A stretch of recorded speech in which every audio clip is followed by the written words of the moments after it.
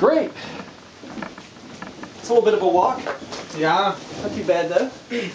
How do you feel like it went? It went pretty well. Yeah, that seems like a really good group. Very participatory. Some really smart people in that group. Yes, it's very participatory. Yeah, and how long have you been working with them? For about a year. About a year. Oh, that's great. Well, as you remember, we had this community development worker, quality improvement and verification checklist that we talked about at our last workshop. I filled that out while you were doing this session with them, the behavior change promotion session. And what I wanted to do now is sort of go over the results of that with you. Okay.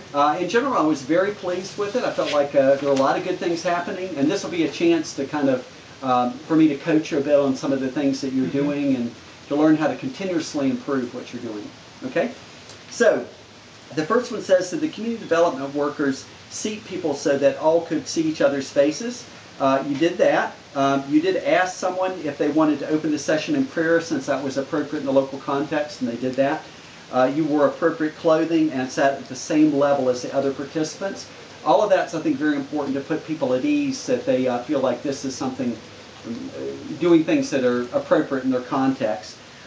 Use the lesson plan in the curricula. I was very happy to see that not all of the community development workers are using that lesson plan. I feel like if we follow that, it's going to turn out better than if you sort of do your own thing. So congratulations on following that so well. Now, in overall communication, you did speak loud enough so that everyone could hear. Use proper eye contact with everyone. Use changes in voice intonation, and you spoke slowly and clearly. That's very important. I feel like you use your voice very well, and it makes it very interesting to hear you. Do you sing by chance? Yes, I do a little bit of singing at church. Oh, okay. Well, I think that's helped you to be able to project your voice and to make it sound interesting to people, so that was great. What about moving around the room without distracting people? How did you feel like you did with that? I think I did well. I think I move a little bit. Maybe not as much as I should. Okay. Yeah, you did.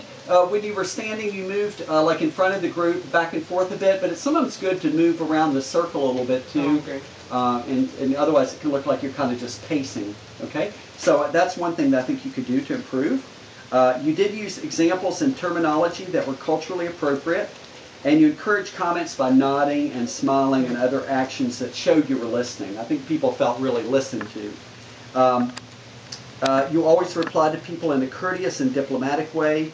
What about, did you prevent domination of the discussion by one or two people? I think it was a tough one. Yeah. Anyone in particular? Yeah, that old guy that he was trying to dominate the entire session. That was a really difficult situation. He just wouldn't stop at times. So what did you try to do? So I told him to just hold on, like we respect his opinion, but we need to let the other ones also to participate. But it didn't work. Yeah, I know. And that's a good place to start, I think. But sometimes it doesn't work and you have to try other techniques. Do you remember some techniques that other workshop participants mentioned for what you can do when that happens that you could have tried out? Yeah, my coworker told me that I can go towards him and tell him like we appreciate his opinion, and then use body language and give my back to him and then ask questions to the other participants. Exactly. Normally we don't like to turn our backs to people, but sometimes it can be really effective. Like you're right there looking at them saying, oh, that's so, thank you very much, that's very important. And then you basically turn and face the rest of the group and say, what do you think? Are there any other things you think we could do? And that will clearly signal to him you respect what he said, but now you're asking others. Another technique is to ask a question by a group. So you could say, great, now we've heard some ideas from some of the older people. What about some of the younger people here? What do you think? And he'll realize you're not asking him at this point. Okay. So those are a couple things. You did encourage timid participants to speak and to participate. You used a participatory method. That story, I think, was excellent. Did you write that yourself? Yeah, I read that. That was great. I think that was really helping to get the point you were trying to make. You asked them lots of non-rhetorical questions. Do you feel like you gave people adequate time to answer questions? I think I was trying to ration up things, so sometimes I was even cutting their answers to jump to the other question. Yeah, and anything you could have done differently with that, do you think? I think I should have reduced the amount of questions I I prepared. Yeah, that's what I would suggest. Maybe just using a bit fewer questions, but then giving people time to talk about those when you do ask a question, so that they don't feel like you're just sort of asking a question to ask it, but giving them more time to talk. So that's a great idea. I would do that. You did encourage discussion amongst participants. What about introducing the topic well? How did you do with that? I think I introduced the topic pretty well. Anything you think you might have left out? I don't know. Well, you did say who you were. You mentioned what the topic was. You explained that well. But remember to mention the time. How long is this going to take? Oh, yeah, I forgot about that one. Yeah, because there might be a couple new people that show up. That one woman you said you hadn't seen before. So that would be good to let her know how long does this usually take. It's about an hour and a half. And then stick with the time, which you did do. You were right at about an hour and a half when we ended. You ask questions to relate the topic to participants' experiences, and you ask about current practice of the participants. That really helped ground what you're saying, I think, in their reality. So I'm glad you did that. In terms of some of the facilitation techniques too, use a lot of brainstorming. Use props. Actually using the fruits and not just the pictures of fruits, I think was useful. But concerning the pictures, did you explain the meaning of the pictures? I'm not sure, but I showed them the picture. Like while I was talking, I just showed them the picture. You did show them the pictures. Now this might be, maybe we didn't explain that well, but it's not just showing the picture, but explaining it. For example, you have pictures in your house. You know that this little house represents a big house, that houses aren't this small. Yeah. But people who aren't used to using pictures, some have what we call pictorial illiteracy. So if they see just a picture of hands smashing a mango, they won't know what the hands are because they're not connected to a whole body. Okay? So that's why it's important to say, okay, as you can see in this picture are somebody's hands mashing up a mango. Once you explain it, they'll often get it very easily. But just looking at it, some of them can't even interpret the picture right. Okay? Does that make sense? It makes sense. Okay. And by the way, the pictures are great. We are very thankful for the TOPS project that it's funded by Food for Peace. It's a really they gave us really helpful materials. I agree. Having Food for Peace fund this TOPS project has been a really great idea. Also, what about using any persuasion principles? Actually, I didn't think that was needed for this one. You did demonstrate some of the skills you're promoting. What about exploring participants' barriers to the promoted practices? Yeah, I don't know if I did pretty well in that one. Yeah, there's some things I think where you look for barriers. There's some things you promoted where you just sort of told people this is what we need to do and you didn't look for it. I would do that for each main behavior, basically, that you're promoting. Ask people, is there anything that can make it difficult for you to do this? Okay? And also, eliciting current and suggested strategies to overcome barriers from the participants themselves. So what you did do was you talked about your ideas for overcoming barriers, but you could ask them too, what other ways do you think we could overcome these barriers, maybe before you do that? And that way you can use some of their ideas as well. You encourage comments by paraphrasing what people said. You asked participants if they agreed with other participants' responses, and they made a lot of comments, and you summarized the discussion. All of that, very good facilitation practices. So compliments on doing so well with that. It seems like you really picked up a lot from that workshop. Oh, thank you. Did you reinforce statements by sharing relevant personal experience or asking others to share personal experience? I think I didn't do pretty well about that one. Like I didn't share personal experience. Yeah, you did get them to share some personal experiences, but what's an example of one that you could have shared? Maybe about the problem that I was having with my baby. I totally agree. I think your own experience with your own child relative to this is perfect. How old is your child now? He's 1 year old. Okay, and has he always eaten vitamin A foods? No, not very often because he doesn't like it. What food have you tried to introduce that he didn't like? I tried to introduce carrots. Okay, and what, he didn't like them? At the beginning, he didn't like them. So what did you do to help him with that? I was trying to push him to eat carrots. Did that work? It didn't work. Okay, anything else you tried? Well, after that, me and my wife, we decided to mix some molasses with the carrots, and he started to eat it. Okay, do you still mix molasses in with it, or? I am reducing the amount of molasses. That's a great idea. Maybe at first adding a little bit of salt or a little bit of molasses, or after you've tried giving it plain and he won't eat it, see if you can alter the flavor a little bit, and then after he starts eating it, sort of take that away. That's one technique. Another one could be promising them, like for an older child, you could say, if you eat this, I'll take you to the market afterwards. So they realize they get a special treat for trying something new. Playing the airplane game, where you're bringing the spoon in and having them open their mouth and make it a little bit of a game and feeding, so that they kind of learn that this is something fun, and kind of distract them a little bit, and then they get used to eating it. So those are just some different ideas. You might find others that work here as well. Let's see. Encouraging participants to share what they know. You definitely did that.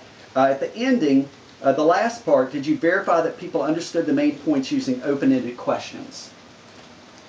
I forgot about that one. Yeah, I realized that. That one you might just want to put a big question mark and circle it in the lesson plan to remind yourself, ask open-ended questions, because if you get to the end and people can't tell you what the main points were, everything was in vain, right? So that would be a good thing to do. You did summarize the essential points at the end. What about techniques to move people to action? Did you do that? Do you feel like you did well with that? I think I did good. Okay. Well, what we were looking for there is something specific. So maybe asking them, who is willing to try one of these three things? Give your child at least 3 carrots this week. Giving your child at least 1 mango a day. And then have them actually say, what are the specific things that you're willing to work on this next week? And then when we said to look for commitments related to this, you could actually even have everyone stand up who's willing to do that. So they show their commitment that I'm going to try this out. So there's no pressure. We don't expect everyone to stand up, but if you're willing to do this, stand up. And so they feel that social pressure, that social norm. Oh, yeah. Wow, everyone else is going to try this. Maybe I should try that too. Yeah, that's a good idea. Yeah, I think that could work. You could ask about commitments from previous lessons. So what was the last lesson you did before this? I think I did, well, I don't remember pretty Was well. it, we were doing ORS earlier. Did you do that, or was Yes. it the vaccine? No, it was ORS. ORS. Okay, so you could ask about some of the commitments that they made and see, did they follow up with it? You did finish within the allotted time. So in terms of the rating, was the content correct? I gave you a 9. You only missed it by 1 point. And that was because you said that oranges were a vitamin A rich food. Yeah. They are orange on the outside and inside, but they have very little vitamin A. So just scratch that out from your notes. Okay. That's not a vitamin A food. Was the educational message relevant? Definitely. I put a 10 for that and checked yes. This is a big problem in this community. I actually saw some kids that looked like they had the BTOT spots, so very severe vitamin A deficiency. Was it complete? I said yes in general, but only circled a 7. Can you think of anything you might have left out in general that you didn't talk about in terms of vitamin A? You talked about foods, but is there some other way to get vitamin A, for example, that... Oh, I forgot about the supplements. Very important, yeah. So in addition to promoting vitamin A foods, even though you're talking about the foods, remind them that you also need to get vitamin A for your child every 6 months, a vitamin A supplement, because that's an important step as well. So include that. And so overall evaluation, I give you an 8. I feel like you did a great job, and you got 33 out of 44 of the things we marked. That's a 75%. Oh. So congratulations. Thank you. So name some of the things that you're doing right. I think I was able to arrange the room Mm-hmm. in a way that they were looking at their faces, each other. Right, They were, exactly. Yeah. What else? I think I encouraged them to participate and to share their own experience. Okay, yep, that was And, excellent. Yeah, I think also I use cultural, very appropriate cultural examples for the area that we are. Good. The story, the props, those are really good things as well, I feel like. What are some of the things that you feel like you can work on for next time for improvement then? Well, definitely about the time, because what you were saying, the lady, when I look at her at the end of the session, she was getting nervous. Yeah, she had no idea how long her life. So in your introduction mentioning time, what else? I will also need to explain about the pictures. Yeah, very good. What else in terms of, let's see, we had one. Oh, what about the facilitation, dealing with problem people? Yeah, I will need to use another techniques to deal with people that want to really like take over the entire session. Good, exactly. How to deal with people that are dominating. That's really important. Let's see what else here. What about when you're asking about whether people can do behaviors? What might you do differently with that? I think I will ask them to commit and to stand up. The ones that are committing to practice the behavior, I will tell them, can you stand up, please? Yeah. And like maybe giving a clap, something like that. Okay, because they're exactly. trying to do it. Trying to get the commitment, trying to look for specific things that people are saying they're going to do. And also, what about barriers? What might you do differently in terms of that? I think first of all, I will put more emphasis on that area because I think it's very important for them. And the other thing is ask them to brainstorm how can they overcome their own barriers rather than me telling them how to overcome. Excellent, excellent. Now, what about your own experience? How might you weave that in with what you're doing? I think that I will be able to share also my experience on the barriers that I am having with my children. Great. Or that you've had in the past, or even stories of other people in your family, but especially yours. That can be a really powerful example, I think. And what's the main thing you're going to do once you've taught all this to make sure people understand it? I'm going to ask them open questions. Yeah, open-ended questions that verify, did you understand the main points? Like, what are the foods that we should be giving, the main foods we should be giving to ensure our children get enough vitamin A? So that's great. I really have seen a lot of growth in you using this. I feel like that at the workshop you didn't quite know as much in terms of these techniques. I've been very impressed with how fast you're progressing with this. And I hope when I come back next week that we'll see even more progress. Are you willing to commit some time to going through those things that you said that you needed to work on and to try to commit them to memory? Yes, yes, I will definitely going to do that. Excellent. Well, thanks a lot, Joel. It's great seeing you, and I'll see you next month. We'll come out again. I'll do the same thing again, and we'll see how your scores improve to see how you're able to incorporate some of these new things into what you're doing. Okay, Thanks so much. Appreciate it. Can you show me out? Yes, of course. Sure. Okay.